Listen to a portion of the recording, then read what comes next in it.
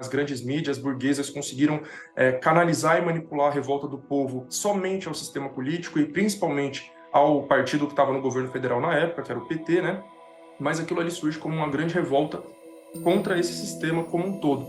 E a partir de junho de 2013, a gente vai ver surgir no Brasil uma coisa que não existia antes, que é uma direita popular e extremista, né?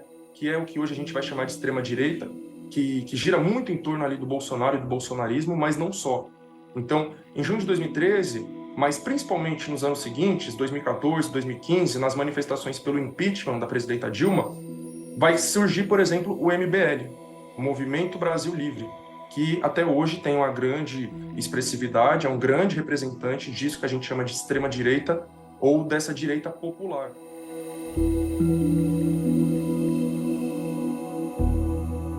Eu acho que a gente chegou num momento aqui da história do nosso país, da política brasileira, que mudou totalmente o que a gente vinha vendo até então, né? Basicamente, o modelo político que vinha se desenhando desde a chamada redemocratização, entre aspas. Eu sempre digo redemocratização, entre aspas, porque essa democracia nunca chegou até a maioria da população, principalmente nas periferias, favelas, bairros pobres, aldeias, quilombos. Basicamente, com o golpe em 2016, isso acabou. A gente está vivendo um outro momento político, desde o impeachment da Dilma, que boa parte da esquerda não conseguiu entender ainda. Inclusive, essa esquerda acaba agindo, pensando, como se a gente ainda estivesse, por exemplo, em 2010, em 2005, em 2002. E ela tenta usar as mesmas táticas, os mesmos argumentos, as mesmas conciliações que ela usou naquele período, que hoje simplesmente não dão mais certo.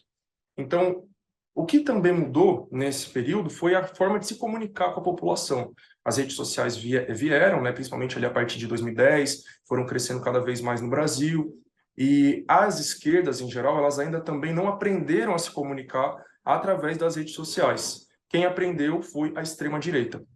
Então, antes do golpe de 2016, a gente tem alguns acontecimentos aí na política brasileira que também vão ser muito importantes para mudar esse cenário que a gente está vivendo. Um deles, talvez o principal, foi em junho de 2013, né? Então, as manifestações que aconteceram em junho de 2013, chamadas aí por alguns de Jornadas de Junho, eu chamo de Rebelião de Junho de 2013, que também, na visão de alguns, foi uma coisa terrível, teria criado o fascismo, teria criado o bolsonarismo. Eu não faço essa análise. Eu vejo que junho de 2013 foi uma explosão social, onde o povo brasileiro demonstrou o seu descontentamento com o sistema político vigente, com o sistema econômico também, só que isso acabou ficando um pouquinho mais escondido, e muito por manipulações midiáticas, né? As grandes mídias burguesas conseguiram canalizar e manipular a revolta do povo somente ao sistema político e principalmente ao partido que estava no governo federal na época, que era o PT, né? Mas aquilo ali surge como uma grande revolta contra esse sistema como um todo. E a partir de junho de 2013, a gente vai ver surgir no Brasil uma coisa que não existia antes, que é uma direita popular e extremista, né?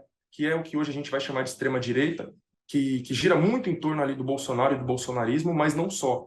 Então, em junho de 2013, mas principalmente nos anos seguintes, 2014, 2015, nas manifestações pelo impeachment da presidenta Dilma, vai surgir, por exemplo, o MBL, o Movimento Brasil Livre, que até hoje tem uma grande expressividade, é um grande representante disso que a gente chama de extrema-direita ou dessa direita popular.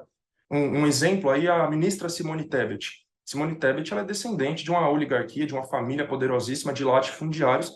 Não lembro agora se é do Mato Grosso ou do Mato Grosso do Sul, mas enfim, é um exemplo entre tantos que a gente pode citar aqui. O próprio governador de Goiás, o Ronaldo Caiado, também é descendente de uma oligarquia, uma família que está ali no poder há 200 anos, mas enfim. Então, o que eu quero dizer? A gente teve sempre essa direita tradicional, oligárquica, comandando o Brasil. E aí, a partir daquela rebelião de 2013, uma parte dessa direita que era mais, não era tão oligárquica, não era tão da elite assim, né? Era mais do povo, de certa forma, ou da classe média, como é o caso aí do pessoal do MBL, essa galera consegue construir movimentos de rua, movimentos de base, principalmente através da internet, através das redes sociais, e aí eles vão formando essa direita que hoje a gente classifica como extrema direita. Nos anos seguintes, o Bolsonaro vai ganhar cada vez mais projeção. Ele já era deputado federal há muito tempo, sempre era convidado para ir em programas de televisão, mas ele era um deputado praticamente insignificante, né? O pessoal costuma dizer que o Bolsonaro era um deputado do baixo clero da Câmara dos Deputados, ou seja, era um deputado que não tinha muita relevância ali dentro.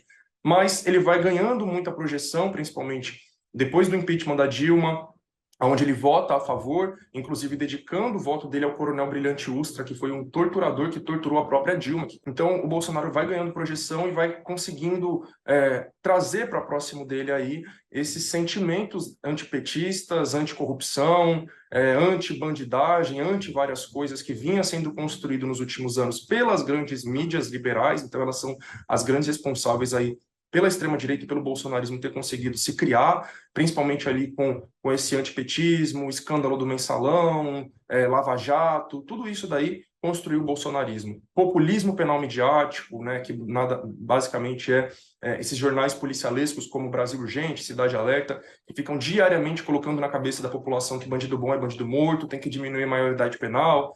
Então, o bolsonarismo ele já encontrou ali um terreno fértil para se criar, né? Ele simplesmente vem como um líder para todo esse movimento que vinha pipocando ali no Brasil. Se servindo muito das redes sociais, essa é uma característica de toda essa extrema-direita, ela sabe muito bem operar as redes sociais para se comunicar com a população. Em 2018, Bolsonaro e Mourão se elegem com disparo em massa de fake news, principalmente pelo WhatsApp. O Tribunal Superior Eleitoral reconhece isso durante o governo Bolsonaro em 2021, se eu não me engano, e ainda assim não quer caçar a chapa Bolsonaro e Mourão, então eles reconhecem o uso de fake news em massa para que eles se elejam, mas eles não caçam a chapa, né? Enfim, então tiveram aí vários atores, instituições que foram coniventes com o governo Bolsonaro e que hoje estão aí querendo pagar de democratas e querendo dizer que são aliados, e tem gente se iludindo com eles, né? Como o próprio ministro Alexandre de Moraes foi um grande agente aí para que tudo isso acontecesse, para que o Lula fosse preso, para que a Dilma caísse, para que o Bolsonaro se elegesse, se mantivesse no cargo. E hoje tem gente que acha que o caminho para combater isso é por aí. E definitivamente não é. Enfim, então, depois de tudo isso, depois de tanta desgraça, onde muita gente achou que não poderia ter mais nada pior do que isso, a gente vê aí surgir o Pablo Marçal, né? Então é um influencer, ou seja, alguém que tem ainda mais experiência para lidar com redes sociais, porque diferente do Bolsonaro e da sua família, ele não era um político que virou influencer. Ele era um influencer que está tentando virar político, um coach com milhões de seguidores, mais de 10 milhões de seguidores. Na realidade, antes dele se candidatar nas eleições de 2022, ele tinha por volta de 2 milhões de seguidores. Eu fiz esse levantamento uma vez, né? E ele vai ter toda essa projeção a partir de 2022, quando ele vai se candidatar. Primeiramente, ele é pré-candidato à presidência, o partido não lança ele se candidata a deputado federal, ele vai ter mais de 200 mil votos em 2022, mas aí a candidatura dele foi cassada pelo Tribunal Superior Eleitoral e ele não pode se eleger de fato. Mas, enfim, então ele vem surgindo aí, crescendo nesses últimos anos, e agora em 2024, se lançando como candidato à Prefeitura de São Paulo, ele tem tido uma projeção imensa, e ele, assim como o Bolsonaro conseguiu ali, né, encontrar um terreno fértil para se criar, e ele conseguiu canalizar vários sentimentos da população naquele momento da história do nosso país, antipetismo, lavajatismo, populismo penal midiático, populismo penal, né? Pablo Marçal está conseguindo fazer o mesmo. Então, ele captura várias dessas coisas também, mas ele vem com um caráter supostamente antissistêmico muito maior do que o do Bolsonaro. O Bolsonaro ele já vinha trazendo isso, né? Inclusive, eu acredito que o principal fator para que o Bolsonaro tenha crescido seja justamente esse, por ele se dizer contra o sistema, e a maioria da nossa população eu não posso dizer a maioria porque eu não tenho nada que prove isso, né? Mas uma grande parte da nossa população é antissistêmica também, né? Eu disse que as manifestações de junho de 2013, elas são um exemplo disso. Mas, enfim, então, Pablo Marçal ele vem para reforçar, reafirmar esse sentimento de grande parte da população e hoje ele está conseguindo rachar a extrema-direita, fazer com que essa população que até ontem idolatrava o Bolsonaro, o Tarcísio, o pastor Silas Malafaia, estejam se voltando contra eles porque eles estão apoiando o Ricardo Nunes, que é um cara do MDB, um partido da direita tradicional. Enfim, ele é um cara que vem desse chamado centrão, né, que é a direita oligárquica e tradicional, e o bolsonarismo está fechado com esse cara, né? Então a população está indignada, a população bolsonarista, né, não entende, pô, o que é isso, como pode se apoiar um cara desse? E eu tenho lido comentários aí na página do Marçal de pessoas que estão dizendo, né, que decepção, Tarcísio defendendo o comunista e coisas tenebrosas do tipo, né? Enfim, então eu diria que é isso. O principal fator para o Marçal conseguir crescer é o fato dele se pintar como antissistêmico. Boa parte da nossa população é sim antissistêmica, mas ela não tem instrução, ela não tem informação, ela não tem nem noção direito do que é o sistema, então ela é facilmente manipulada e enganada por um sujeito como esse, principalmente porque ele tem uma grande plataforma para falar o que ele quiser, desde as suas próprias redes sociais até os espaços nos debates, coisas que pessoas como eu, como nós, que somos comunistas, ou seja, de fato contra o sistema, a gente não tem. Então, tudo gira em torno disso, de ter lugar para falar, de ter espaço para falar. Então, quem tem espaço aí para falar, vai falar o que quiser à vontade, a sua narrativa vai colar muito fácil, enquanto que a gente está aqui nadando contra a correnteza, então fica muito difícil de falar qualquer coisa, convencer a população de qualquer coisa e até de se defender de falsas acusações que eles dizem contra nós que somos comunistas. A gente tem hoje crescendo muito a quantidade de pessoas pobres que se identificam com a direita, até mesmo com a extrema-direita, né? Acho que até mais com a extrema-direita do que com essa direita tradicional, né? Então, a gente tem visto nas pesquisas eleitorais que o Ricardo Nunes e o Pablo Marçal têm mais inserção entre a população mais pobre do que o Boulos, né? Então, assim, a gente está focando aqui na eleição de São Paulo, mas com certeza isso se aplica a grande parte do Brasil. Candidatos de esquerda, centro-esquerda, enfim, eles estão mais conectados ali com pessoas, com famílias, enfim, com faixas de renda mais altas, escolaridade mais alta, enquanto candidatos de direita e extrema-direita conseguem se inserir mais no povo. E a partir disso a gente vai ver várias tentativas de explicação, por que isso acontece, algumas explicações que eu acho bem rasas, algumas que são meias verdades. Então, eu costumo dizer que isso aqui é responsabilidade em parte da esquerda, em parte não é da esquerda, né? Então, tem muita gente dentro da própria esquerda que vai dizer que a culpa é somente da esquerda, porque a esquerda não fala a língua do povo, porque a esquerda é muito acadêmica, e nada disso é mentira, né? Só que isso não explica o fenômeno por si só. Porque, por exemplo, essa ideia de que porque a esquerda fala muito difícil, isso é um problema, né? Eu acho que quem me acompanha sabe o quanto que eu procuro tornar minha linguagem o mais simples possível para que todo mundo entenda, mas isso não é o principal. Por quê? Se a gente for hoje numa igreja evangélica, ou até católica, eu não posso dizer católica porque eu nunca frequentei, mas eu fui criado em igreja evangélica, e até de vez em quando eu vou com a minha mãe, naquela ainda evangélica. O pastor fala de um jeito extremamente difícil. O pastor fala com um monte de palavras difíceis, com termos difíceis. A Bíblia está repleta de palavras difíceis que as pessoas falam sem nem saber o que significa, né?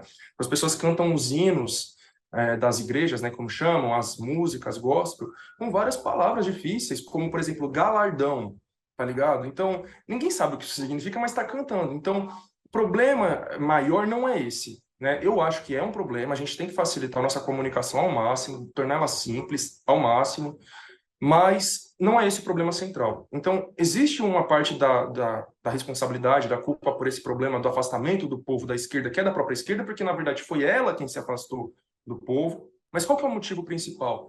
É o controle dos meios de comunicação ou dos aparelhos ideológicos pela direita, pela extrema-direita, pela classe dominante, pela burguesia. Então, vamos supor, a gente tem aí emissoras de TV, não sei quantas, né? Algumas emissoras de TV aberta, Globo, SBT, Record, não sei o que lá. A extrema-direita, o bolsonarismo, vai dizer que elas são de esquerda, né? A Globo é de esquerda, é comunista, etc e tal. A TV Cultura é comunista. A gente que é comunista, a gente que é do outro lado, a gente vai dizer todas elas são de direita. Então, a gente tem um embate aqui, né? Que não existe um consenso na definição do que é esquerda e direita. A gente que está nessa esquerda radical vai dizer uma coisa, o pessoal que está na extrema direita vai dizer outra, quem está aqui mais próximo do centro vai dizer outra coisa. Na minha avaliação, todas as grandes emissoras de TV são de direita. Mas, independente de serem de direita ou serem de esquerda, o fato é que todas são controladas pela burguesia, todas são controladas por burgueses, pelas classes dominantes. Então, tirando a TV Cultura, que é estatal, ela é ligada ao governo do estado de São Paulo, todas as outras são propriedade de empresários. Então, o SBT, da família Bravanel, bilionária, a Globo é da família Marinho, bilionária, a Band é da família Saad, bilionária, são latifundiários, bilionários, empresários do agronegócio, a Record é do Bispo Edir Macedo, bilionário. Então, assim, como que a gente vai achar que bilionários vão passar para a população ideias, discursos, falas que contrariem o sistema capitalista que eles comandam, o sistema onde eles se beneficiam, né? Porque no discurso da extrema-direita, as grandes mídias são manipuladoras, e elas são mesmo, só que elas são manipuladoras de esquerda. Então, se a esquerda, historicamente, é quem combate o capitalismo, questiona o capitalismo, a burguesia, o liberalismo, né? Enfim, isso tem mudado muito nos últimos anos, infelizmente, né? A gente tem visto uma esquerda cada vez mais liberal que não combate nada disso, né? Mas, enfim, teoricamente, ser de esquerda é isso, é questionar ou combater o liberalismo, o capitalismo, as privatizações. Todas as emissoras defendem tudo isso. A gente está vendo agora, por exemplo, escalar o conflito no Oriente Médio, Israel bombardeando a Palestina, o Líbano, etc. E o discurso de todas as emissoras é idêntico. É dizer agora, nesse momento, que o Líbano atacou Israel, e não que o Líbano reagiu ao ataque de Israel. É dizer que o conflito é entre Israel e o Hamas, mas não, é um genocídio de Israel contra o povo palestino, não tem conflito nenhum, sabe? Mas, enfim, então o que eu quero dizer, nesses pontos centrais, a gente percebe muito nitidamente qual que é o lado das grandes mídias. Não interessa se a Globo coloca duas mulheres negras, ou melhor, duas mulheres, sendo uma delas negra, para apresentar o Fantástico. Não interessa se a Globo coloca duas pessoas negras para apresentar o Jornal Nacional. Não interessa se a Globo coloca personagens gays e LGBTs nas suas novelas. O que eu não estou dizendo que não deveria acontecer. Pelo contrário, isso ajuda sim a população a mudar um pouco sua mentalidade e passar a ver o LGBT como gente, e passar a respeitar mais o negro, porque vai ver ele numa posição de destaque ali, não só nos papéis históricos que a Globo destinou a eles, que é o de escravo, que é o de bandido. Mas isso é muito pouco, isso não é suficiente para dizer que a emissora é de esquerda, por exemplo, gente. A gente vai colocar ali uma mulher negra para apresentar o Fantástico defendendo Israel. Todos os editoriais ali do Fantástico que falam sobre o que está acontecendo lá no Oriente Médio defendem Israel. E para mim é horrível a gente ver a Maju Coutinho ali defendendo Israel. Mas ela não está fazendo isso porque ela quer, ela está fazendo isso em nome da família Marinho, que são os patrões dela. Enfim, outros pontos, privatizações, enfim, cortes de direitos sociais, essa defesa do empreendedorismo de uma perspectiva neoliberal, tudo isso a Rede Globo faz. O caldo que deu origem ao bolsonarismo nesses últimos anos foi formado basicamente pelo antipetismo, pelo lavajatismo, pelo populismo penal midiático e também, eu não citei, o fundamentalismo religioso, especialmente fundamentalismo cristão, bíblico, né? Tudo isso daqui foi construído pelas grandes mídias. Antipetismo e lavajatismo foi impulsionado por todas as emissoras, com destaque para a Rede Globo.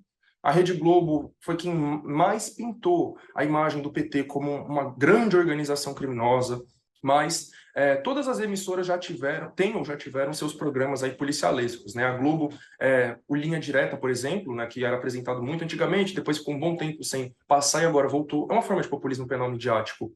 O SBT tem o Primeiro Impacto, a Record com Cidade Alerta, a Band com Brasil Urgente. Enfim, então é isso, é ficar repetindo diariamente na cabeça da população que precisa de mais policiamento, precisa de mais punição, etc.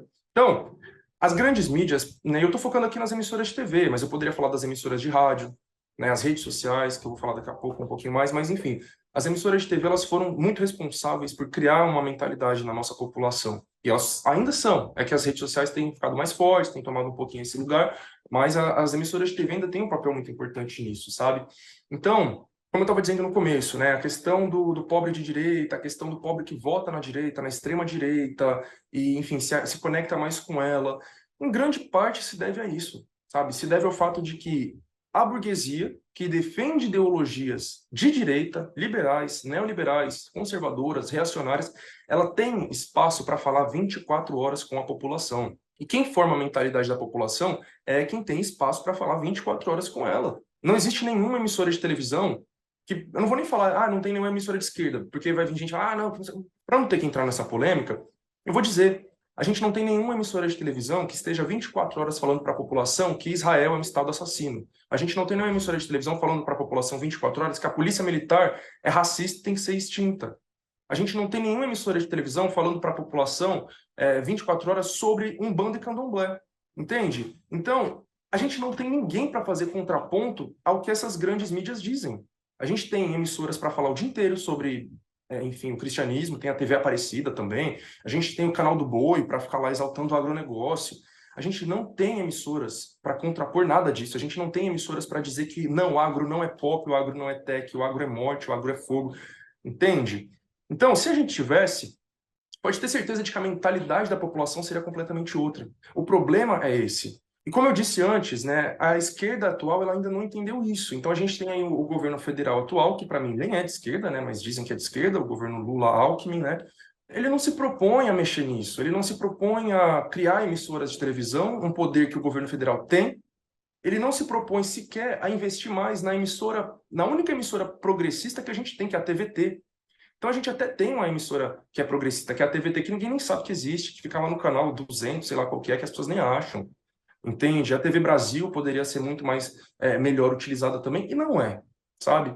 Então, isso é um grande problema. Quem está no poder lá, que poderia estar fazendo essas coisas, ou menos ainda, era simplesmente o presidente Lula e seus ministros convocar a cadeia nacional de rádio e televisão diariamente, se eles quisessem. Não precisa nem criar um canal de televisão. Convoca aí a cadeia de rádio e televisão e fala o que você quiser para a população todos os dias. Eles não fazem, eles não têm essa preocupação. Então é muito complicado, é uma batalha que a gente não tem como bater de frente desse jeito, sabe? A gente já está perdendo, porque eles controlam todos os aparelhos ideológicos. Eu falei de emissoras de TV, como eu disse, tem emissoras de rádio, enfim, as redes sociais que são controladas todas por bilionários, os algoritmos favorecem eles, e várias outras coisas, né, que estão sendo usadas aí para formar a mentalidade da nossa população diariamente. Então, para mim, é isso que explica tantas pessoas que são pobres e também da classe média se identificar cada vez mais com a direita e com a extrema-direita, votar mais naqueles políticos. Vai ter, como eu disse, uma parte do problema que é a responsabilidade da própria esquerda, que se comunica mal, que não entende o povo, que não está conectada com o povo, que não fala o que e como o povo quer ouvir. Enfim, então é um conjunto de problemas, né? E a questão sobre educação e cultura, eu acho que entra nisso também, né? Então a gente tem, por exemplo, o atual governo federal, para a gente não dizer que o problema foi só o Bolsonaro, porque foi, né? O Bolsonaro, o Temer, destruíram completamente a educação, né? Principalmente com a reforma do ensino médio do Temer, implementada no governo Bolsonaro, e isso tornou o ensino básico ainda mais neoliberal do que já era, né? A população, os jovens, adolescentes, estão sendo cada vez mais doutrinados de uma perspectiva neoliberal, com essas ideias de empreendedorismo, educação financeira do jeito que é ensinado, o projeto do governo Tarcísio de militarizar escolas, enfim, então é um grande caldo de coisas e de problemas que está acontecendo. Mas, para além disso, a gente tem o atual governo federal, o governo Lula, que tem o ministro da Educação, Camilo Santana, que ele é um pau-mandado dos grandes empresários da educação. Ele não tem nenhuma preocupação de promover no Brasil uma educação pública libertadora, emancipadora, pelo contrário, ele quer manter o novo ensino médio. E ele tem feito aí várias políticas que enfim, como eu disse, são do interesse dessa burguesia do setor educacional. Então, donos de grandes colégios particulares, grandes universidades particulares, são eles que mandam no Ministério da Educação. Eles estavam lá no Ministério da Educação do Temer, formularam um novo ensino médio, eles estavam dentro do Ministério da Educação no governo Bolsonaro, implementaram o novo ensino médio, e hoje eles estão dentro do Ministério da Educação do governo Lula, impedindo que o novo ensino médio seja revogado e ainda mais aprofundando ele, porque recentemente a gente teve uma reforma da reforma. Mas, enfim, então, sem dúvidas, essas questões que envolvem a educação, a cultura, né, que a gente tem visto tanto um desmonte quanto uma transformação disso em meios de doutrinação ideológica liberais, isso tudo vai fazendo com que a nossa população tenha uma mentalidade cada vez mais direitista, mais conservadora, mais liberal, e aí é muito fácil para qualquer candidato de direita ou extrema-direita que apareça conquistar a população. Ele simplesmente está partindo do senso comum, ele não precisa questionar o senso comum. Ele já parte dele, tem dinheiro, tem espaço, e quando se diz antissistêmico, aí já era. É aí que ele consegue levar muita gente mesmo. A gente está vivendo uma situação muito complicada, né? Eu não vou dizer no Brasil, eu vou dizer aqui em São Paulo. Provavelmente isso se alastra pelo Brasil, mas eu posso falar de onde eu conheço, de onde eu vivo, né? A gente está vivendo essa situação complicada aqui em São Paulo, que é os jovens, adolescentes e jovens, se esgotaram, se cansaram completamente do sistema em que a gente está, o que é ótimo, é extremamente legítimo que as pessoas estejam cansadas e não aguentem mais esse sistema, porque é isso que a gente quer comunista, que é socialista, a gente quer que as pessoas entendam, esse sistema é uma merda, esse sistema é uma porcaria, e a gente não tem que aceitar viver nele.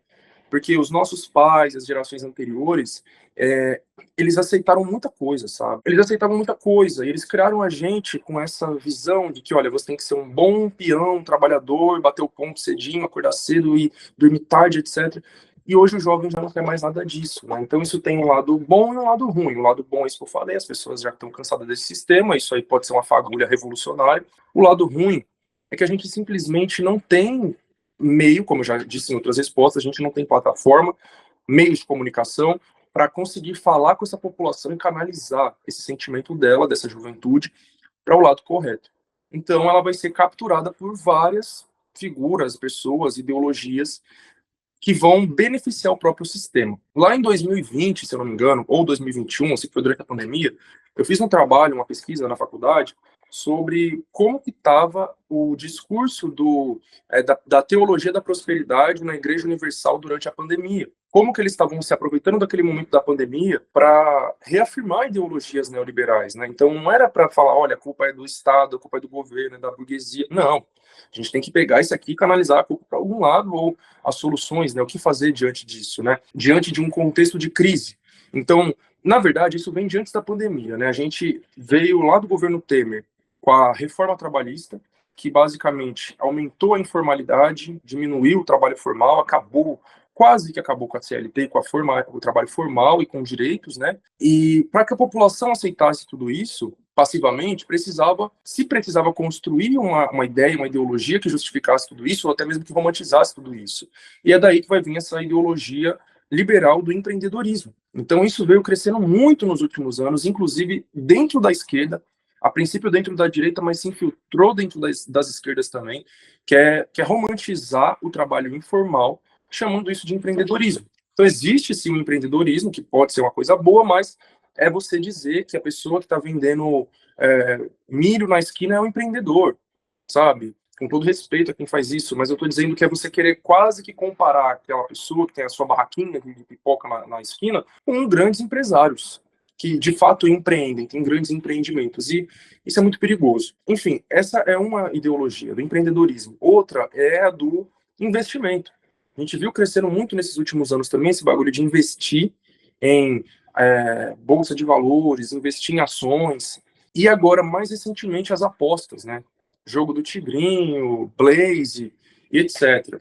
E outras coisas que a gente vai vendo crescer muito na quebrada aí nas periferias de São Paulo nesses últimos anos. A gente viu crescer muito o estelionato, é uma coisa que tem atraído muitos jovens, que a gente chama de SET, né? Porque, enfim, é uma gíria, SET, fazer o SET é ser estelionatário, que é uma abreviação para 171. E ser estelionatário é uma coisa que tem sido admirada por muitos jovens. A pessoa que é o estelionatário, ele é chamado de Raul, e o Raul se tornou um elogio. Então hoje as pessoas usam o Raul não só para se referir ao estelionatário, mas para elogiar o cara, tipo, você tá Raul, hein? Então o Raul geralmente é o cara que tá bem de vida, que tá com dinheiro, que cola no baile ou num lounge, porque hoje em dia, né, o pessoal da minha faixa etária já colou muito em baile, já cansou. Agora é só adolescente quase que tá indo para alguns bailes, aí o pessoal da minha idade tá indo para lounges, para tabacarias, e lá ele fecha o combo e não sei o que, às vezes fecha o bagulho só para ele. Esse é o Raul, tá ligado? Essa pessoa é admirada. Do lado das minas, das mulheres, a gente tá vendo muitas que estão se tornando presenças VIPs, que estão se tornando pessoas que trabalham com sexo, né? Seja com o sexo em si, seja com redes sociais, OnlyFans, Privacy. Então essas minas são chamadas de minas do job, que os funks também cantam e descrevem. E tudo isso vai sendo atrativo para esses jovens, meninas e meninos, adolescentes, enfim. E aí é isso, sabe? A gente chegou num ponto em que o jovem da periferia de São Paulo, ele quer ser estelionatário, ou ele quer ser influencer, que vai jogar divulgar tigrinho, a mina quer ser do job, ou quer ser influencer também, e nada contra essas coisas, tá ligado? Mas eu vejo como problemático, porque isso é mais uma forma do sistema ir cercando a nossa mentalidade, cercando as nossas possibilidades de futuro, inclusive. As pessoas, elas simplesmente querem ficar ricas fácil e rápido, e acompanhar influencers e MCs nas redes sociais contribui com isso, porque vê eles com as suas mansões em Alphaville, com as suas Ferraris, com as suas lanchas, com as suas vidas de luxo, e todo mundo quer ser igual, né? Então é muito complicado que a gente está vivendo num período em que todo mundo tem acesso na palma da mão ao máximo que pode ser usufruído da vida humana, mas ninguém pode ter nada disso. As pessoas podem ver, podem acompanhar quem tem essas coisas, mas elas não podem ter. E elas são enganadas, elas são iludidas de que elas podem ter. A psicanálise, ela mostra pra gente que uma coisa que move as pessoas é o desejo. Então, a gente tem desejos que são introjetados, que são construídos aí no nosso inconsciente, e eles movem a gente, né? Eles fazem com que a gente siga determinados caminhos, defenda determinadas coisas, esperando ser daquele jeito, conquistar determinada coisa. Então, o sistema capitalista e a sua classe dominante, a burguesia, eles geram desejo no nosso inconsciente o tempo inteiro, desde quando a gente nasce. Então, mais uma vez, falando aí das emissoras de televisão. A gente é só uma criança, a gente está lá assistindo, sei lá, o Bom Dia e Companhia, que é da minha época, né? E aí a gente via lá quais eram os brinquedos que tinham lá disponíveis, né? E toda criança queria ganhar o PlayStation 2, ou queria ganhar aquela puta daquela bicicleta bonita, ou coisas do tipo, né? Aí você ganhava um joguinho aleatório lá, e você, sei lá, um jogo da vida, esqueci até o nome dos jogos que tinha, né? Mas esses jogos aí, Banco Imobiliário. E aí ninguém gostava, né? Fala, pô, eu quero ganhar o PlayStation 2. Mas, olha só, mesmo quando você ganha um banco imobiliário, um jogo da vida, e aí você fala, beleza, deixa eu jogar esse joguinho aqui, as pessoas não percebem. Mas aquele jogo está fazendo com que ela veja o multimilionário, o rico, o banqueiro, como o cara foda que ela quer se tornar. Porque o objetivo desses jogos é esse, é você se tornar aquela pessoa rica, multimilionária, o banqueiro, etc e tal. É, e aí, no caso do que eu estava dizendo antes, né? Você vê lá o PlayStation 2 e fala, caralho, eu quero muito ganhar um PlayStation 2. E aí você não ganha, né? E aquilo vai gerando um desejo no inconsciente dessas crianças. E elas vão percebendo que, poxa, para eu ter um PlayStation 2, eu vou ter que ter muito dinheiro para eu conseguir comprar. E tudo isso se repete com todos os outros brinquedos, as outras coisas que as crianças querem ter. Comida, né? Por exemplo, eu, quando era criança, eu nunca fui num fast food. Nunca tive dinheiro para ir num McDonald's, essas coisas, quando eu era moleque, mas era meu sonho. Principalmente por causa dos brinquedos. Então eu passava na frente do Habib's, eu via aquele escorregador, falava, caralho, mano, como eu quero estar ali dentro, mas eu não tenho dinheiro para isso. O McDonald's, que tem o brinquedo, não sei o que lá, o chapéu do Burger King, essas coisas vão gerando um desejo na criança, sabe? A pista do Hot Wheels. Então, o que eu quero dizer? A gente vai desde criança sendo ensinado que quem tem dinheiro é foda porque pode fazer tudo que quiser. Porra, imagina que foda você ter dinheiro e você poder comer onde quiser, vestir o que você quiser. Eu lembro que uma vez alguém falou pra mim quando eu era criança, sei lá se foi meu pai ou foi na televisão, que o Faustão ele tinha um helicóptero que ele almoçava em Paris e depois ele ia jantar em Londres, sabe? E eu ficava pensando, caralho, mano, imagina que foda você ter um helicóptero e você sai daqui do. Você pega um avião, você vai pra Europa e aí você pode jantar num país e depois almoçar em outro. Então essas coisas vão gerando um desejo na nossa cabeça. E a gente não fica com raiva do Faustão. A gente fala, caralho, eu quero ser foda igual a ele. Então, isso é colocado na nossa mente desde sempre.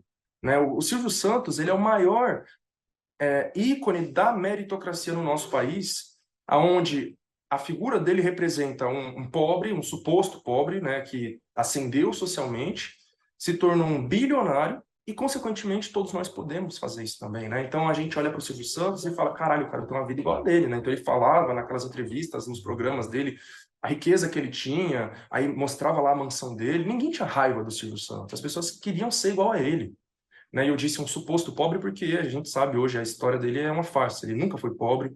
Ele descende de uma família tradicional europeia, não lembro de qual país, acho que da Espanha, né? Ele tem um antepassado que trabalhou junto com o rei da Espanha, enfim, há muitos séculos atrás. Então ele vem para cá numa família já de classe média, média alta, de comerciantes, e enfim, já tinha uma grande base ali social e familiar e econômica. Não foi uma pessoa que veio do nada, que era um camelô pobre, porque quando dizem isso, né, parece que pô, é o coitado do camelô que está agora lá no Brás correndo do Rapa. Não tem nada a ver. Não tem nada a ver. Ele simplesmente era um comerciante. Enfim, o que eu quero dizer, a gente é ensinado inconscientemente, ninguém chega para nós e fala, olha, é assim, assim, assado. É inconsciente. Você simplesmente vê o rico, você vê tudo que ele pode usufruir, você vê as coisas foda, você é ensinado que para ter aquelas coisas foda você precisa ter muito dinheiro, e aí é só juntar os pontos aí você vai entender, mano, tenho que ser rico, eu quero ser rico, eu quero ser milionário. E aí, aconteceu no nosso país, ao longo do governo Lula, principalmente, e depois nos anos 2010, algumas coisas um pouco perigosas, né?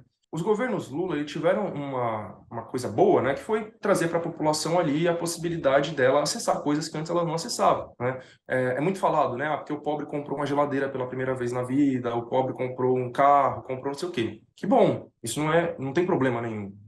O problema é o que vem ideologicamente junto com isso. Porque acho que o maior erro dos governos petistas que a gente teve, e agora do governo Lula 3 também, que está repetindo esse mesmo erro, é não ter politizado a população, é não ter feito nenhuma disputa ideológica, é não ter falado nada para o povo, tá ligado? É simplesmente pensar, bom, eu vou entregar aqui políticas públicas, eu vou entregar bons resultados e achar que isso vai ser suficiente para que o povo continue votando na gente.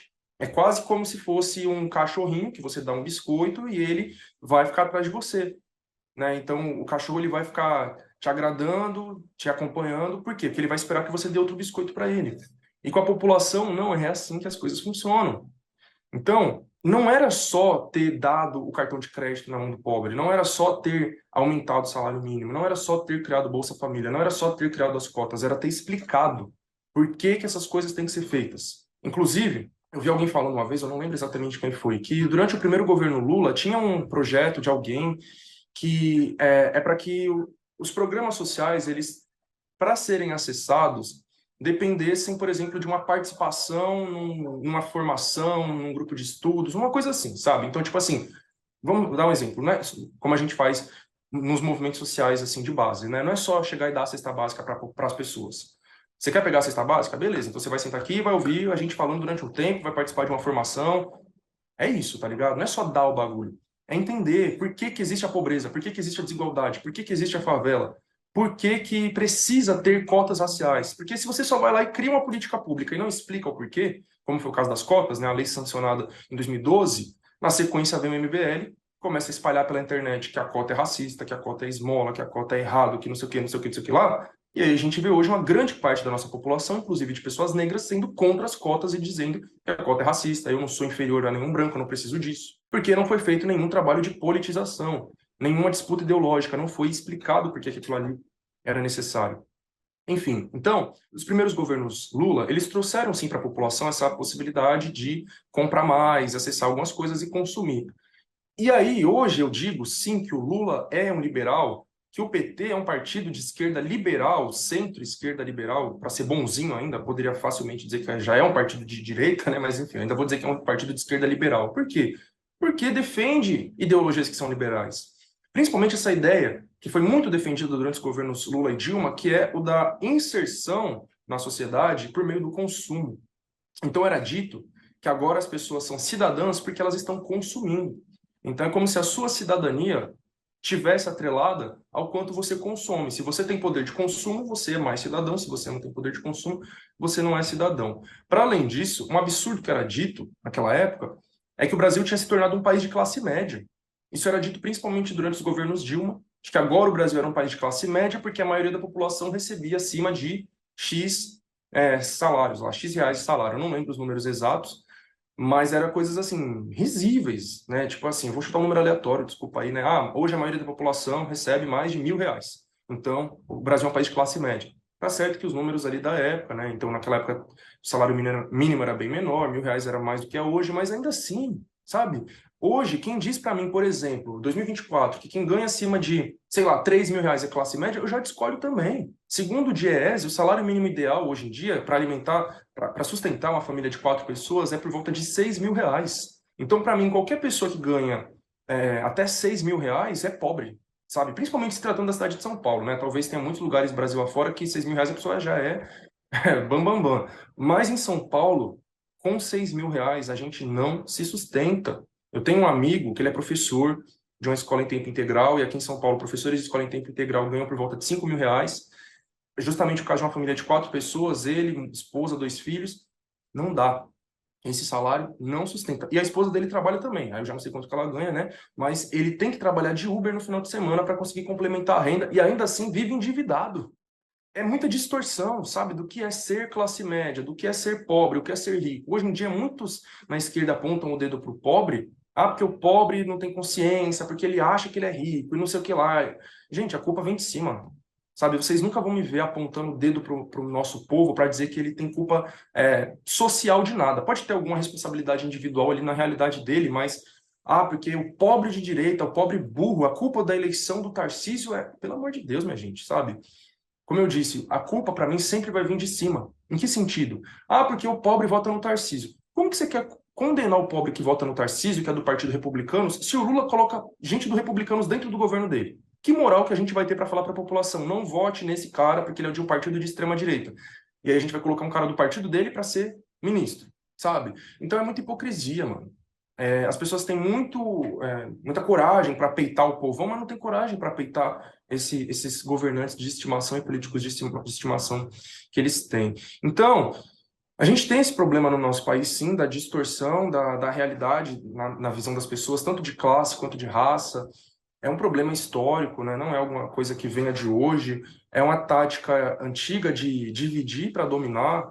Então, desde 1500, os portugueses usam essa tática, né, de dividir os negros e os indígenas para ver quem é mais negro, quem é menos negro, quem é mais indígena, quem já deixou de ser indígena, quem é caboclo, e quem vive na cidade, quem ainda está na aldeia. E aí isso vai colocar as pessoas em posições sociais diferentes. Enfim, e essas pessoas vivem presas dentro de bolhas, né? Então, dentro de uma favela, a gente vê a pessoa que mora no barraco de madeira e na rua de terra, ela olha para a pessoa que mora na rua asfaltada e na casa de alvenaria como se ela já fosse playboy. E essa pessoa que mora na rua de terra e na casa de alvenaria, ela olha para a pessoa que mora no predinho do CDHU, da Coab, e diz que ela é o playboy. Então, você vê, dentro de uma quebrada, dentro de uma favela, é um apontando para o outro. Esse aqui é playboy, esse é favelado. Então, a pessoa que mora na rua de cima, da rua de terra, aponta para o pessoal lá e fala: esse aqui é favelado, não vou misturar com eles. Então, assim, é muito complicado, mas como eu disse, eu nunca vou dizer que a responsabilidade é do nosso povo, sabe, mano? As pessoas, elas são condicionadas a pensar da forma como elas pensam, a defender as coisas que elas defendem. E, além disso, a gente viu outras coisas acontecendo no nosso país nos últimos anos, né? A gente viu uma esquerda que foi deixando cada vez mais de defender pautas que englobam toda a classe trabalhadora, né? Então, falar sobre classe trabalhadora já foi uma coisa que foi sendo deixada de lado pela grande maioria.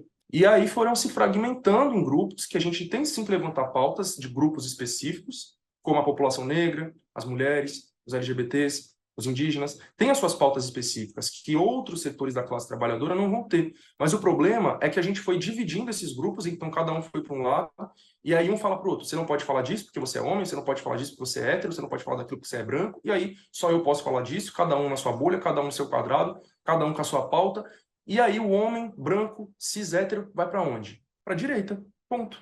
A esquerda não acolhe ele. O motorista de Uber, que é um homem branco, cis hétero, às vezes pobre, às vezes de classe média. Sabe, quantas vezes a gente não pega um Uber que o cara diz que ele é formado em engenharia, que ele é formado em direito e tá lá trampando de Uber, sabe? Que é um trabalho precário, é um trabalho informal, onde a pessoa fica ali muitas vezes dirigindo 15 horas por dia. Já peguei Uber que falou para mim: eu tô aqui há 15 horas rodando. Enfim, então, o que que a esquerda tem a oferecer para essas pessoas? Muitos não têm nada para oferecer, porque se fechou naqueles nichos, naqueles grupos. E assim, até o branco pobre da quebrada. Porque como se deixou muito de falar de questões de classe e trabalho, aquele branco pobre não está mais sendo contemplado por nada, sabe? Não tem mais ninguém falando sobre, enfim, exploração de classe, trabalho, direito trabalhista, sei lá, e coisas do tipo, sabe? É, regularização fundiária, desfavelização, urbanização de favelas, enfim. Então, tem pautas aí que poderiam englobar toda essa galera. Por exemplo, você vê que eu sou um dos, se não o comunicador que mais fala sobre violência policial nas redes sociais. Por quê? Porque eu sou um jovem de 24 anos, morador de favela, que eu sofro isso constantemente, eu vejo meus amigos sofrendo isso diariamente. É uma realidade que está escancarada aqui para mim. Não tem como eu não falar sobre isso. Me incomoda quando se trata só da população negra. A gente sabe que é a que sofre mais, não tem a menor dúvidas. Em Salvador, por exemplo, 100% dos mortos pela polícia são negros, 100%. Enfim, em estados aí como acho que o Acre, a gente tem uma imensa maioria de presos que são pretos e pardos. Aliás, esse já é outro ponto, né? Já é outro debate polêmico aí, que é de englobar todos os pretos e pardos na categoria negros, que é uma coisa que eu já não concordo. Então, são dois problemas aqui que eu acho que afasta parte da população da gente. É falar assim: porque a polícia só mata negro, a violência da polícia contra os negros. O branco pobre que também sofre na mão da polícia, ele não vai se sentir representado pelo nosso movimento. E aquele pardo ou mesmo negro de pele clara que ainda não se entende como negro também não vai se ver como parte do nosso movimento. Eu sou lido como branco na favela. Imagina pessoas que são como eu, ou até mesmo com a pele mais morena que a minha, que eu já vi pessoas com a pele mais escura que a minha dizendo que são brancas. Eu entendo bem isso que você está falando, porque eu sou um cara que eu me considero um cara preto de pele clara, e na minha família mesmo tem pessoas retintas, muito próximas a mim, que muitas vezes falam assim: ah, não, você é aquele já passou do meio-dia e tal. Brincam, né? Mas, tipo assim, hoje em dia tem até um certo letramento com relação a isso, mas que não tem essa percepção, né, geral, de que tá, a gente tá sofrendo as mesmas coisas, a gente tá passando pelos mesmos problemas, tá ligado? Porque eu tenho certeza que deve acontecer muito com você, se chamar uma mina branca da USP, e ela não vai te olhar como branco, tá ligado? Chegar um cara, um parceiro seu branco, ele não vai te olhar como branco. Só que tem muito essa divisão, né, também. Essa esquerda que eu estou descrevendo aqui, que foi se afastando das pessoas e não sabendo se comunicar também, tem esse problema, ela acha que toda a população já acompanhou esses debates e já está lá junto com ela, e não está, sabe? Então, a maior parte das esquerdas, e quando eu digo esquerdas, eu estou generalizando para englobar os movimentos negros também, e feministas, LGBTs, e partidos, e trabalhadores, e sindicatos, tudo, né? Que é progressista, digamos assim, eles estão fazendo debates partindo lá do topo da escada. Eles já estão lá no 10º degrau da escada, mas o povão ainda está lá no degrau zero, no primeiro degrau dessa escada, sabe? Então eu vou palestrar nas escolas e eu ouço coisas assim, sabe? Por isso que eu tenho tanto pé no chão, porque eu estou ali em contato com a população, sabe? As pessoas não têm ideia do que é cota racial ou cota em si. Ninguém sabe o que é cota, ninguém sabe o que é universidade pública. Ninguém tem ideia de que existe universidade gratuita. Ninguém, eu estou generalizando, né? A imensa maioria, as pessoas não têm ideia do que é o Enem, sabe? Então a gente tem que sim falar o básico ainda. Então quando a gente fala de questão racial, de entender o que é raça, racismo, quem é negro, quem é branco, quem é pardo, ainda existe uma confusão gigantesca. Eu acho que isso melhorou muito, né? Tanto o nosso trabalho de influencers, mas até mesmo quando a gente vê figuras, MCs, que são pardos, né, se declarando negros, como por exemplo, aquela música Ai Preto, do L7.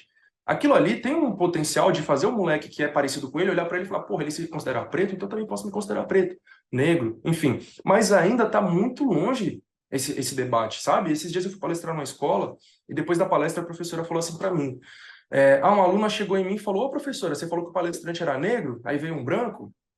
Então isso ainda acontece. As pessoas acham que pele clara é branco, pele escura é negro. Tá no meio termo? É pardo, é mulato. Então, é muito complicado esse debate, né? Então, por que que eu estava fazendo aquela crítica, né? Dizendo como que a gente deveria tratar, por exemplo, da questão da violência policial. Ah, a gente não tem que falar que a violência policial é pior contra os negros? Tem sim, sem dúvidas. Mas a gente tem que lembrar que não é só a população negra que sofre com a violência policial. Brancos, pobres e favelados também sofrem, indígenas também sofrem. Isso não é falado pelo movimento negro de um modo geral, pelas páginas negras de um modo geral, pelos influencers negros de um modo geral. A gente teve essa semana passada, retrasada, a morte de um indígena do Mato Grosso do Sul, do povo Guarani Kaiowá, pela polícia militar. E isso não tem repercussão. As pessoas estavam falando sobre a prisão do Gustavo Lima. Entende? Então a polícia militar, ela mata preto, ela mata pardo, ela mata indígena, ela mata branco também. O que eu estou querendo dizer é que a gente tem que saber fazer falas e levantar pautas que englobem o máximo de pessoas possíveis, sem abandonar as especificidades de forma alguma, tá ligado? Sem deixar de falar das opressões que grupos específicos sofrem, mas também sem deixar de abarcar o máximo de pessoas possíveis. Porque a gente vai precisar da maioria para fazer mudanças sociais, transformações sociais, e o que eu defendo para o nosso país é uma revolução. A política, ela é muito mais feita de afetos e enfim, de coisas, como eu já disse, inconscientes, desejos inconscientes, do que de racionalidade, né? O que eu quero dizer? Eu acho importante reforçar uma coisa. Isso não, geralmente, não acontece de forma racional. As pessoas não foram na biblioteca, pegaram lá um monte de livros e falaram assim, bom, vou sentar aqui e vou ler Adam Smith, David Ricardo, Edmund Burke, Karl Marx, o John Keynes, e aí depois de ler todos esses eu vou decidir se eu sou liberal, se eu sou conservador, se eu sou marxista, se eu sou keynesiano, sabe? Isso não aconteceu com a imensa maioria da população, sabe? Eu, cientista social, eu fiz isso, eu li essas coisas tudo, na verdade eu já era marxista, né, quando eu li tudo isso, mas eu digo, quem leu tudo isso, quem estudou de fato, é quem passou pela universidade, quem passou por algum grupo de estudo, alguma coisa assim, né, mais formal, o que não é a realidade da imensa maioria da população brasileira. As pessoas formam as suas opiniões, as suas visões políticas, como eu disse, através do que ela assiste na televisão, através do que ela recebe no grupo do WhatsApp, através de um vídeo que apareceu para ela no TikTok, através de novelas, filmes, séries que ela assiste e que vão colocando ideias ali no inconsciente delas, enfim, através da igreja dela. Então, é nesses meios que a pessoa vai formando ali a sua mentalidade política, né, a nível consciente e a nível inconsciente. Quando eu disse sobre a questão dos afetos, né, que são muito importantes para isso, eu quero dizer que muita gente que me segue e que defende as coisas que eu defendo, ou passa a defender as coisas que eu defendo, né, as ideias que eu defendo, em grande parte foi porque se identificou comigo afetivamente. Então a pessoa tá lá passando o Instagram dela, passando o YouTube dela, passando o TikTok dela, e ela viu ali um mano com uma camisa da Lacoste, boné, tatuado, corrente, falando gíria, quadro do Raiel, MC Raiel, do Sabotagem, MC Drica, Tupac aqui atrás, e falou assim: caralho, o que esse mano quer dizer? Deixa eu parar para ouvir. Muitos vão parar para ouvir e não vão concordar comigo, não vão gostar, mas muitos vão parar e vão ficar com aquela pulga atrás da orelha, falar assim: pô, interessante o que esse mano tá falando, deixa eu ouvir mais. Mas o que chamou a atenção primeiramente foi isso aqui, entende? Então, para pessoas de classe média, racistas e elitistas, às vezes isso aqui é justamente o que vai afastar elas de mim, porque não tem uma conexão afetiva, uma identificação. Agora, para muitas pessoas de periferia de quebrada, principalmente jovens, inclusive não só na internet, mas nas palestras que eu faço nas escolas e fundações casa, é justamente isso que vai fazer elas parar e me ouvir. Em quase todas as palestras que eu faço, os professores falam para mim no final: eu nunca vi esses alunos tão quietos na minha vida. A gente sempre faz palestra aqui na escola e nenhum palestrante conseguiu prender a atenção desses moleques, dessas minas, por 2, 3 horas, sabe? Já teve escola que os alunos abriram mão do intervalo para ficar me ouvindo. Você tem noção? Quem passou por escola pública sabe, tá ligado? Você bota ali os alunos sentados, 300 alunos sentados numa quadra, para ouvir alguém falando por 3 horas. Nos primeiros 30 minutos eles já estão conversando, jogando bola, foi embora, tá dormindo, mexendo no celular e implorando para ir para o intervalo. Então, o que eu estou falando aqui, eu não estou querendo me gabar, né? Eu estou dizendo como que existe uma identificação e como que existem aqui fatores afetivos por trás, que começa pela imagem, começa pela estética, pela semiótica, mas que depois vai para o discurso, né? Então, a imagem prendeu minha atenção, agora e o discurso? E aí eu vou falar da minha vida, da minha vivência, da minha realidade. Então, eu nasci na Brasilândia, nasci e cresci na favela, filho de imigrantes nordestinos, trabalhei na feira quando era moleque, estudei em escola pública estadual, etc. Então, as pessoas vão falando assim: caralho, meus pais também são nordestinos. Porra, eu também sou da Brasilândia. Nossa, eu também, enfim, trampei na feira, também fui feirante, pai. Pô. E aí eu vou mostrando lá nos meus stories, eu vou para baile funk, eu ando de moto, e etc, etc. Então, o que eu estou dizendo? Tudo isso vai gerando ali um interesse, um desejo, para que as pessoas queiram ser como eu. Elas às vezes já têm uma realidade parecida com a minha, mas, sei lá, elas estão procurando algum meio para ter uma melhora de vida. E fala: pô, esse mano ele entrou na USP, que é a melhor universidade do país, e se ele conseguiu, eu também posso conseguir, eu vou tentar. E aí, a partir disso, ele se tornou uma pessoa conhecida e etc. Então, você percebe isso, sabe? Eu me tornei uma pessoa conhecida pela minha inteligência, não foi por qualquer besteira, sabe? Então, é muito raro, infelizmente, no nosso país, a gente ver pessoas que vêm de baixo e se tornam conhecidas e destacadas pelo seu intelecto. E eu fico muito feliz de estar ajudando a construir esse movimento, né? Porque é um movimento que vem outras pessoas aí construindo esse trabalho também, e em outras frentes, em outras áreas. Mas, enfim, né? Então, o que eu quero dizer? Eu observo muitos comunicadores de esquerda que, como você disse, né, eles não têm essas preocupações que eu tenho. Então, sei lá, você vai ver os stories da pessoa. É texto, texto, texto, texto, texto. Notícia do dia, aconteceu isso, aconteceu aquilo. E assim, a gente muitas vezes tem uma certa dificuldade para ter esse perfil de influencer que é importante. E a gente às vezes tem até um nojinho. Não, eu não sou influencer, né? Eu sou um comunicador, eu sou um professor. Mas qual é o perfil do influencer? Geralmente, aquela pessoa que fica mostrando seu dia a dia. Ó, gente, o que eu tô comendo, o que eu tô fazendo, onde eu tô indo, minhas férias, minha viagem. Isso é importante. Pode parecer que não é importante para muita gente de esquerda e comunicador, jornalista, mas é importante sim, porque é nesse momento que a gente está gerando conexão com a realidade das pessoas. É nesse momento que as pessoas estão olhando para a gente falando: caralho, essa pessoa é parecida comigo, essa pessoa vive uma realidade parecida com a minha, essa pessoa tem valores parecidos com os meus. Então, isso vai gerando confiança, isso vai gerando interesse para que essas pessoas queiram nos ouvir. Então, parte desse crescimento da extrema-direita também vem disso, né? Dela se conectar com duas coisas que são extremamente importantes para a população brasileira, que é a religião e a família. E, mais especificamente, a religião cristã.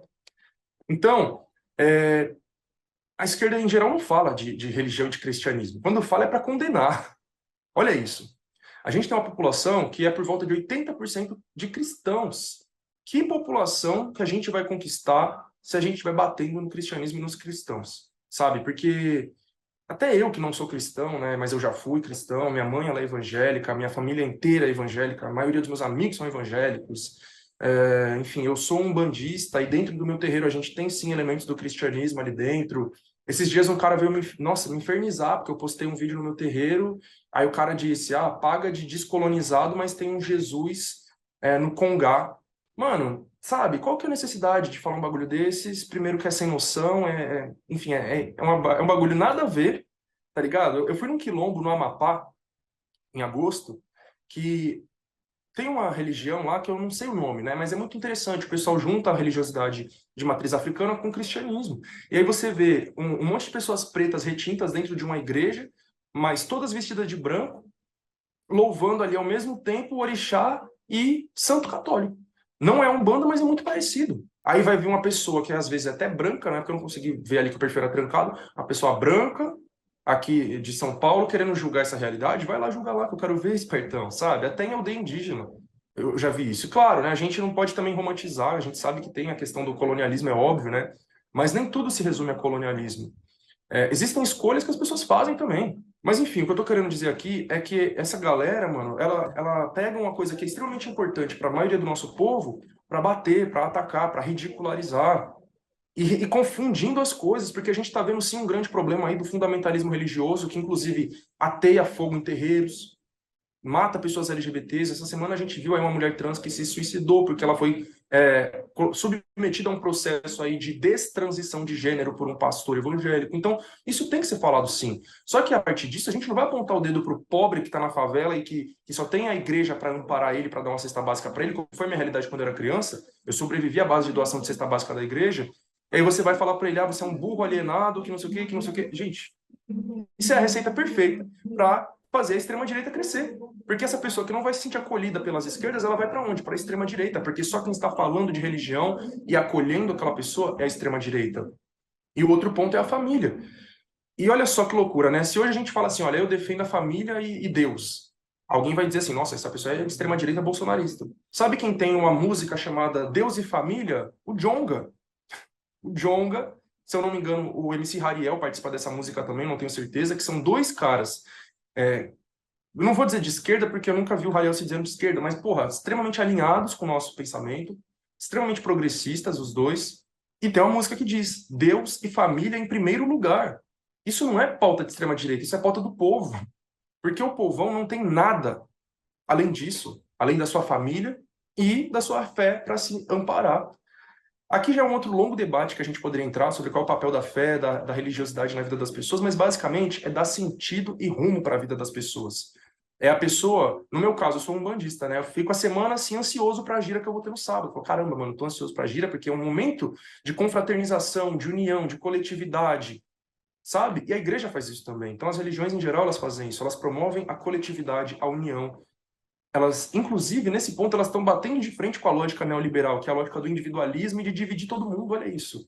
Como a gente poderia entender como a fé das pessoas pode ajudar na construção de um senso de coletividade e de união entre a classe trabalhadora, entre os moradores de favelas, né? Eu militei em ocupação e às vezes era só a religiosidade que conseguia unir as pessoas. As pessoas começavam a brigar porque, eu quero pegar essa doação para mim, eu preciso de mais tijolo do que você. Gente, para aí, vamos fazer uma oração aqui, abaixa os ânimos e todo mundo dá a mão e vai orar para o mesmo Deus que eles acreditam. E mesmo quem não acreditava, é só um momento ali de união dessas pessoas, sabe? Então a religiosidade ela tem uma importância que a gente deveria aprender melhor a usar. Eu vivo muito pessimista, sabe? Porque eu vejo que às vezes parece uma batalha que já está perdida. Mas eu nunca vou aceitar essa derrota, né? Toda vez que eu vou para uma manifestação, algum amigo, algum parente me zoa, né? Fala, vai para manifestação, isso aí não vai dar em nada. E talvez não dê em nada mesmo. Às vezes eu vou para manifestação já esperando que não dê em nada. Mas eu digo, né? Eu prefiro que não dê em nada, eu prefiro perder essa pauta, mas tendo lutado, tendo feito alguma coisa, do que sem fazer nada. Tem um revolucionário chamado Emiliano Zapata que ele tem uma frase que ele diz: é melhor morrer de pé do que viver uma vida de joelhos. Ou seja, é melhor você morrer em pé, lutando, cair atirando, como dizem, né, do que você viver ajoelhado e aceitar e ser dominado, ser, enfim, né, oprimido, explorado e ficar calado diante de tudo isso. Então, por mais que eu veja que a gente está numa guerra extremamente desigual e que isso me desanime muito, tá ligado? Eu jamais vou aceitar essa derrota. Então, vocês vão ver eu lá nas redes sociais, nas palestras, nas escolas, diariamente, fazendo essa batalha ideológica. Isso que eu faço é uma batalha ideológica que é fundamental e que a maioria da esquerda não faz. Então, o que eu deixaria de conselho, né? Eu vou dizer primeiro para quem se identifica com a esquerda e depois para o povão de um modo geral, para a esquerda, mano, entender isso. A gente está numa guerra e essa guerra ela é mantida pela batalha ideológica acima de tudo e a gente tem que travar essa batalha. Para quem está na institucionalidade, ocupando cargos, não adianta só achar que entregar boas políticas públicas é suficiente. Se não tiver reformas aí na mídia, nos meios de comunicação, a gente só vai perder. E para quem não está na institucionalidade, mas está, por exemplo, nas redes sociais, fazendo algum trabalho de comunicação, tem que entender isso. Não é só ficar, sei lá, babando o ovo do presidente ou só divulgando notícias. É travar uma disputa, uma batalha ideológica mesmo. Sabe, a gente vê nos debates, por exemplo, né, o Pablo Marçal e o... Aliás, todos ali, né, tirando o Boulos aqui em São Paulo, todos os outros são de direita. Datena, Marina Helena, Nunes, Marçal, e todos eles falam a esquerda isso, a esquerda aquilo, a esquerda isso, a esquerda aquilo, a esquerda isso. Você não vê a palavra direita aparecendo na boca do Boulos. Ele deveria falar a direita está matando a população através da polícia, através da fome, através do desemprego. Ele não culpa a direita por nada. Então, o que eu quero dizer? A gente está num momento em que ser de esquerda é a pior coisa do mundo, é vergonhoso, e ser de direita é o maravilhoso. E aí os jovens vão se identificando com a direita, os mais velhos nem se fala, porque ser de direita é ser foda, é querer ser rico, é ser o rico, enfim, é ser o poderoso, é você ter o carrão, é você bater nos outros, é humilhar a esquerda que é mimizenta, que é vitimista. E ela sequer se defende, sabe? Então é muito complicado, não está sendo feita essa batalha ideológica que a gente tem que fazer. E agora, para o povão, mano, é muito complicado, né? Porque eu consigo ter um espaço para falar com muita gente, eu consigo falar para muitas pessoas, isso é muito bom. Mas, às vezes, é uma pessoa só tendo um discurso que vai contra todo o discurso dominante. Então, às vezes, essa pessoa que me segue, ela só me segue de toda a esquerda, mas ela segue um monte de gente de direita e extrema-direita. Então, é um monte de gente ali fazendo a cabeça dela para uma pessoa ter uma narrativa diferente, sabe? Dizendo coisas diferentes. Então, é uma batalha desigual também. Mas eu vou ter que dizer coisas óbvias, né? As pessoas precisam colocar o pé no chão e analisar qual é a realidade delas, sabe? Como eu disse lá atrás, lá no começo, não interessa debater se a grande mídia é de esquerda ou de direita, o que interessa é saber que elas são controladas por bilionários. E nenhum bilionário, ou mesmo milionários, vai defender os mesmos interesses, vai ter os mesmos interesses que pessoas pobres. E aí a gente entra em outro problema, porque são as pessoas que não se reconhecem como pobres. Então, é foda até falar a palavra pobre, porque vai ter alguém que vai ganhar 3 mil e falar, eu não sou pobre, porque ele tá falando de mim. Eu tô falando das pessoas que trabalham, as pessoas que precisam acordar cedo para trabalhar, mesmo que seja para si próprio, para sobreviver. A pessoa que está lá em cima, multimilionários, bilionários, donos de grandes empresas, vive outra realidade. Eles jamais vão defender os nossos interesses. E aí, isso pode parecer uma contradição para alguém que vai dizer assim, ah, mas você votou, apoia fulano político tal, que é multimilionário. Eu não apoio com gosto nenhum, sabe? Quando eu preciso apoiar alguém, algum político que é rico ou, enfim, milionário, eu apoio criticamente porque não tem outra alternativa menos pior. Mas jamais isso vai ser o ideal para mim. O ideal para mim vai ser quando o próprio povo estiver diretamente no poder político e econômico. Quando o próprio povo estiver lá, reunido em assembleias, debatendo sobre os problemas aí do nosso país, da nossa sociedade, e tirando ali quais vão ser as soluções, os caminhos que a gente vai seguir para solucionar esses problemas. Enquanto a gente vai ficar elegendo pessoas, principalmente pessoas ricas, para legislar por nós, para mandar, para governar em nós, as coisas sempre vão dar errado, sabe? Pode ser que em algum momento esteja pior, em outro menos pior, mas nunca vai estar ideal. E nem é só sobre corrupção, sabe? Tem um ponto aí, né, que ele já é rico, então ele não vai roubar. A questão não é pegar dinheiro para ele, né? As pessoas têm essa visão completamente distorcida de que corrupção é sobre políticos pegando dinheiro para eles. Isso existe também. A gente tem casos históricos aí de políticos sendo flagrados com dinheiro na cueca, na mala. Mas, minha gente, a maior corrupção que acontece no nosso país são justamente de pessoas ricas que entram no poder público, que entram no Estado para beneficiar as suas próprias empresas ou as empresas dos seus aliados, daqueles que bancaram a sua campanha política. Então, a corrupção é muito mais sobre isso. Não é sobre aquele cara que é rico pegar o dinheiro público e enfiar no bolso dele. É sobre aquele cara que é rico pegar a máquina do Estado para beneficiar os negócios dele, para fraudar licitações, para que as empresas dele ganhem as licitações e façam obras públicas. é ajudar, por exemplo, o agronegócio, como é o caso do que o Tarcísio está fazendo aqui em São Paulo. Acontece uma queimada que o próprio agronegócio queima a terra, as árvores, a floresta, e ainda recebe dinheiro por isso, sabe? E outra, minha gente, é uma ilusão achar que rico não quer ficar mais rico, não. Pelo contrário, quanto mais rico uma pessoa é, mais gananciosa ela é. Quanto mais dinheiro a pessoa tem, mais dinheiro ela quer ter. A gente vê as pessoas pobres, às vezes, a gente vai numa casa de uma pessoa na favela, ela tem um pão ali dentro da casa dela, e ela dá o pão inteiro para você comer, ou divide o pão metade para o outro. Mas você vai na casa de um rico, de uma pessoa de classe média, ela não dá um copo d'água para você. Entende? Então as pessoas mais ricas, elas são mais gananciosas. Além disso, a política também não é só sobre dinheiro. A política é sobre poder. E poder não é só dinheiro. Né? Por exemplo, o que o Pablo Marçal está querendo fazer aí na Prefeitura de São Paulo? O Pablo Marçal, ele representa um grupo que surgiu no nosso país nos últimos anos, que são chamados, por alguns, de os novos ricos.